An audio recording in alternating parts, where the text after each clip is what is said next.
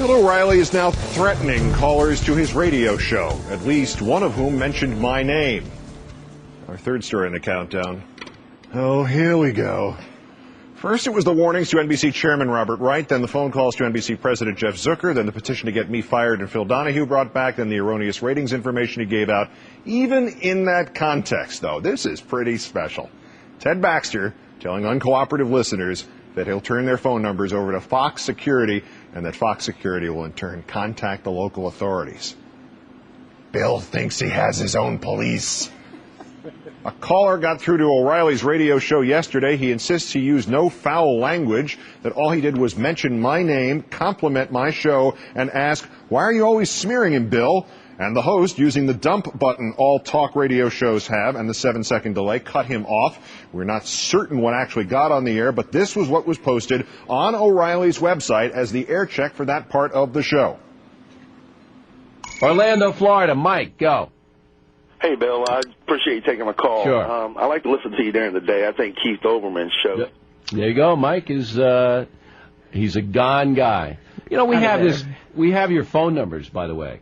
So if you're listening, Mike, we have your phone number, and we're going to turn it over to Fox Security, and you'll be getting a little visit.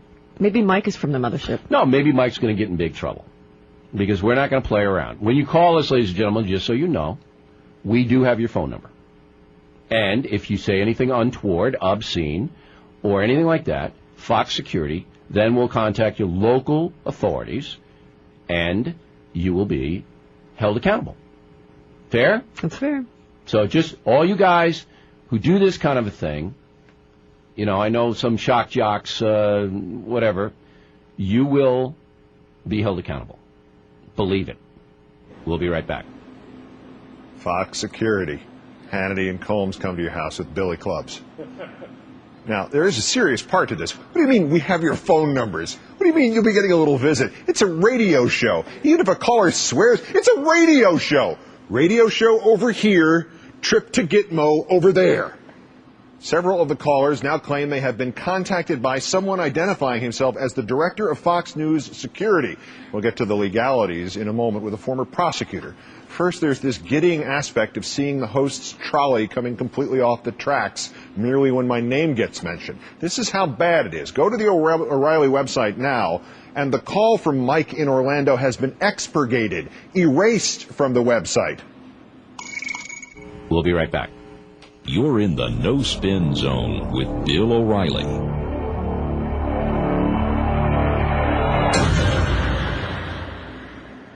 Which raises one more thing. You may recall Shepard Smith on his afternoon newscast on Fox News on Monday. And take a live look in the back of the newsroom. The floor mat says the spin stops here. And look at that. O'Reilly is schooling somebody on his staff.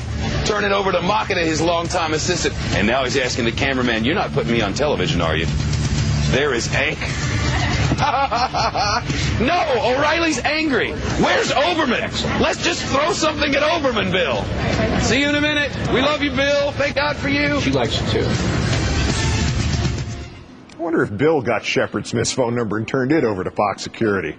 As we mentioned, this little trip into the parallel universe of Bill O'Reilly does underscore a fascinating point. He seems to think, or wants his listeners to think, that if they don't cooperate, they can get into some kind of legal trouble with Fox Security. Joining me now, former Connecticut State Prosecutor Susan Filan. Thanks for your time tonight. Hi, Keith. Having done call-in, I've done call-in radio off and on since 1975. I thought I knew this thing pretty well. The caller can only get into trouble if he threatens a violent or illegal act, right? The only person that's going to get in trouble here is Bill O'Reilly. He's lost the plot entirely. To think that you can commandeer local law enforcement to be your personal henchman because you don't like something a caller said on the air is absolutely outrageous and absurd. It's an abuse of the media. It's an abuse of law enforcement. And he's now the one engaging in threatening behavior. You can't do that. He's crossed the line. What did the caller say that's obscene? Keith Olbermann? I don't think so. The people behind this, and as much as I'd like to claim I'm behind this, I'm not as smart as Howard Stern is. The people behind this say that one of their callers, spinners they call themselves, actually got calls today from somebody identifying himself as a former New York City policeman who is now director of Fox News Security, who advised that organizer that if you call anyone too often in this circumstance, you can be charged with harassment. Is that a scare tactic, or is there anything to that particular claim, the idea of harassment? I think that's a scare tactic, because what is too often? If one called and said every single day, I love you, and he likes your message, is that too often? Is it only too often when he doesn't like what you're saying? The harassment here is coming from Bill O'Reilly to that caller. That caller calling up and saying your name on there. How is that harassment? It's a public radio show. He's inviting people to call in. That person has a First Amendment right to say your name on the air. Bill O'Reilly doesn't have a First Amendment right to threaten a visit from law enforcement as if this person's committed some kind of criminal behavior. Bill O'Reilly has crossed the line and lost the plot. Well, he has a long history of trouble when it comes to phones, but that's another story entirely. Is there a scenario with a call-in show, if you're obscene, if you're actually personally threatening the host and you've called in a number of times, is there some line that you can cross when you're being asked to call into a radio show to be a participant? Of course, one's First Amendment right ends where somebody else's nose begins. You can say what you want to say, but you can't use threatening behavior. You can't say, I'm going to kill you. If something like that is said on the air, that's clearly a threat. That's more than harassment. There can be an on-air stalker, but can you really tell me that calling into the Bill O'Reilly show and using the name Keith Olbermann is harassment, is stalking, is crossing the line, incites violence, is obscene or foul or illegal? I can't understand it. And for a host to threaten the power of the media, Fox News' security force, to call local law enforcement to knock on your door and say, hey, buddy, you're in trouble because you said Keith Olbermann's name on my show, is patently absurd. And the only one that's going to get in trouble on this one is Bill O'Reilly. Now, to be fair, when I was at Fox Sports, I had a stalker, constant phone calls. There were trips, attempts to get in the studio. To their credit, and with my everlasting thanks, they had a team in place to deal with this, and they dealt with it very effectively. They dealt with it legally. They dealt with it even physically to intervene.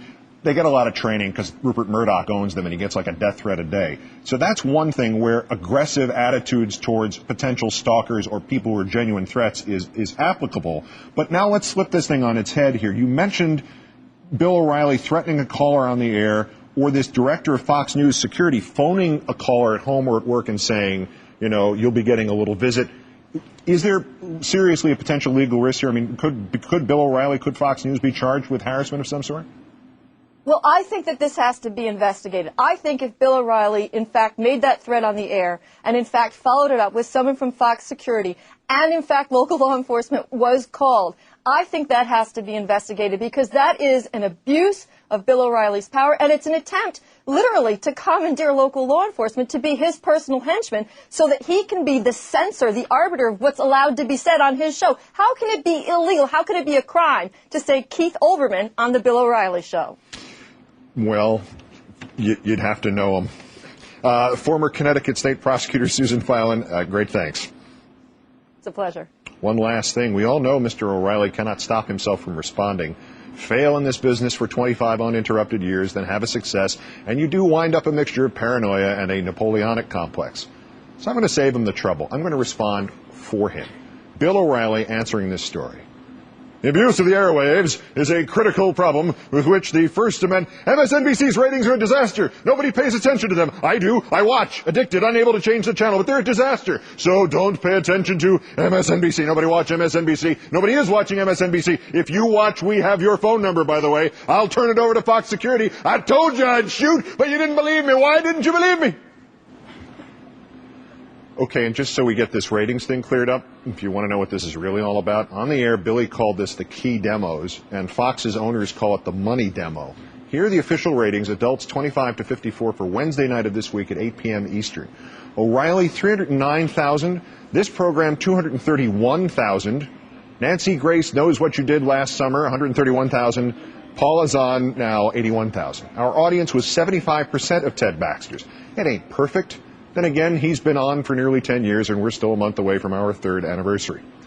So, now I'm expecting that soon I'll be getting a visit from the Bill O'Reilly police, armed with loofahs.